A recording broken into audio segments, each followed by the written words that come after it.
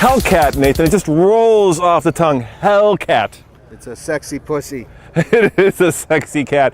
And guess what we're going to do next in this car? Everything you want to know. That's right. We wish we could drive it, but that's coming up. We're going to get to drive this in a few weeks. But today, we get to show you the car inside and out. You get to listen to it and everything you ever want to know about the Hellcat coming up next. On the fast lane car. Oh, I like the little icon. Yeah, the Hellcat icon. That's kind of fun. That's kind of fun. All right, let me go in the back, and you got to give it a little bit of beans. We can make some noise with this thing. All right, let's do it. All right, go for it.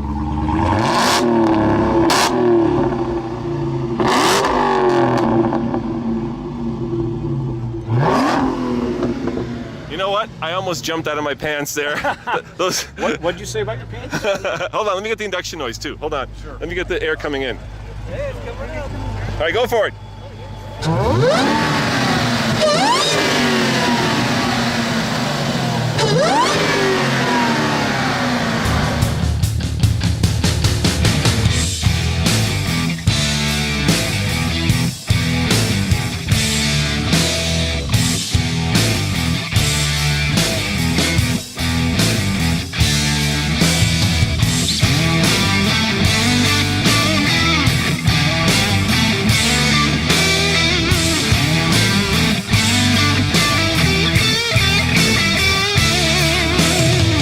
Hi, Greg Black. I'm the chief engineer for the Hemi Hellcat engine, and I've been blessed with the opportunity to just have a great time working with a lot of really talented, creative people on this engine program. So obviously it's bigger than the 5.7 and it's supercharged. Tell me about the engine. Sure. The engine is based on the Hemi engine architecture that's been well known here for the last year, since the early 2000s and actually earlier, but kind of had its resurgence back then. This particular engine is a 6.2 liter engine. It's based on a 92 bore, which is the same block as our big gas engine, which is in the heavy and medium truck family. So we've taken the biggest, baddest block that we had in there and started with that. We've added upgraded crankshaft. We've heat treated the rod and main pins, upgraded the rod material, the piston. The cylinder head is a 356 T6 heat treated alloy head. So yeah, it may look the same on the outside, but certainly this thing has been designed from the ground up to deal with the pressures that the supercharged engine puts out. Let's work our way to the back. Now, you had to upgrade the transmission, right? There are two choices. There's two trans choices. You can either get the automatic 8-speed, which for this one, Chrysler's had the 8-speed out for a while. There goes the Alpha 4C. Yeah, I love the fact, the counterposition of kind of like European sports car versus American muscle car. Yeah, they're both beautiful. They're both great, unique in their own right. But this Hemi product, anyway, obviously wouldn't fit underneath the bonnet of the Alpha, but.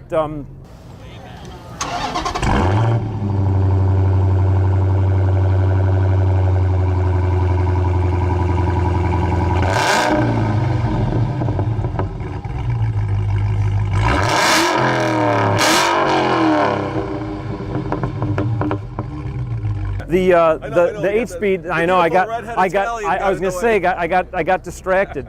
But the auto trans in this is a unique, brand new trans. It's been designed again to deal with the torque and power output of the engine and get it to the rear wheels. And the neat thing is, in the Challenger, you can either get the auto if you want to, or if you're a little bit maybe more track and race bred and want to have a little bit more ownership in the drive, you can get the 6-speed manual. All right. So we've talked about engine, we've talked about transmission. How about the suspension? How have you tuned that to handle all this power? Well, you know, I'm the engine guy, so you're putting me on the edge here. That's but all right. I'm sure you've driven it. But the suspension, again, part of the SRT family is the ability to tune that suspension. So it's been upgraded. The brakes are upgraded. Brembos. And yeah, you can see them through the beautiful new wheels that the team has put on the vehicle. So it's, again, from the ground up, really designed to deal with the kind of capability that we wanted to give to the customers. And you can change the suspension, right? You can tune it to sport, to comfort. There's three different modes of the suspension. You can do street or sport or track. Yeah. So if you're going all out racing and you need everything to be tight, you can go all the way to track mode. All right, I got to tell you my favorite thing of all, besides the engine note, which is phenomenal. Well, thank you. Is that an aftermarket exhaust, or is that the standard one? Oh no, the sound that you heard is what everybody's going to be able to buy. All right. My favorite thing is the induction coming into where normally you have got the bright lights, right? That is so cool. That's so race car.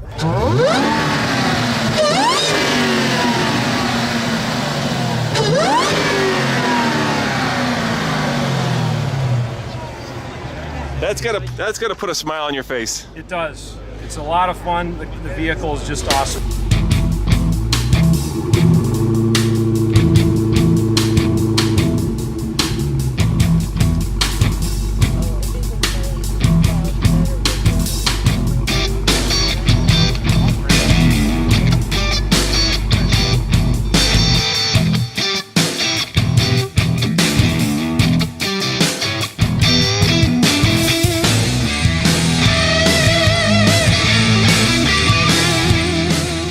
Where did you come up with that idea? Well, quite honestly, to get the engine to breathe well, low restriction on the induction system is paramount. And we had a very large opening in the airbox, but we weren't still able to meet the numbers that we were looking for. So again, the inventive team comes into account, and Mark Musial, I know from our engine development side, was involved, a number of other guys, I think design office guys even, and sorry, I don't know names, but they said, well, how else can we get some more air in this thing? So we actually said, well, maybe we can come in through the headlight, and like you said, certainly been done before on other vehicles in the past. So these are guys who live and breathe this stuff, and they're able to draw on some of the lessons of the past. All right, I'm going to ask you 3 questions. You're not going to give me the answers to, I suspect, but I'm going to ask them anyway. So let me start with number 1. What's the horsepower and torque? Over 600, and we're over 575, and it'll do a pretty nice job for you. What's the EPA MPG?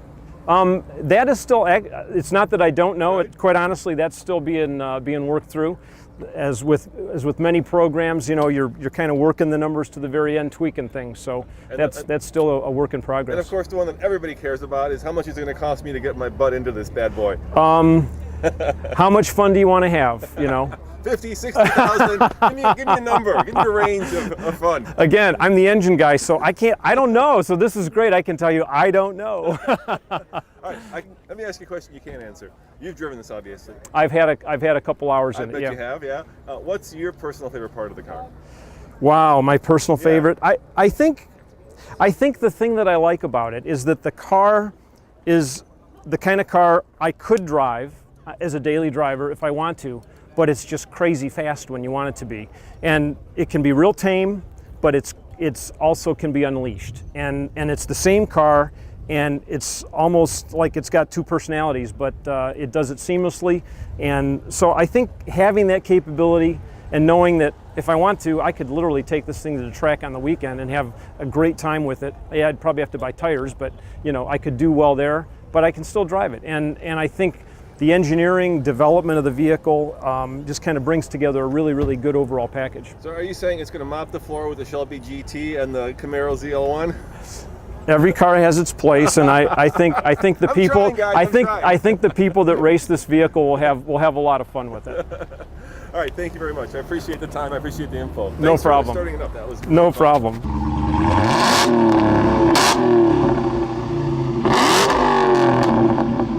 Now, does that exhaust sound better than the Shelby? Yes. How about? Yes. Okay. And yes. Well, there you have it. Everything you ever wanted to know, and the world's sexiest. And keep your hands off the car. Just a little touch. All right, just a little touch. Whoa.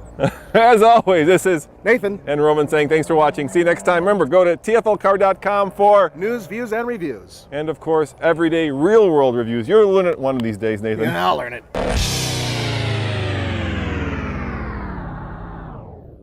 Of course, the key to the new Challenger Hellcat is this device here, the supercharger. Supercharger is an electrical device, and what it does is it imparts an electrical current to the air molecules, which makes them very, very, very angry. As you know, electricity is used. The static charge is critical. It's very critical. You have to have the right static charge. It agitates those air molecules. Okay, gets them very angry because you know what it's like. Being the key word. You know how they use electricity as like a negative reinforcement. So what happens when those air particles are electrically charged?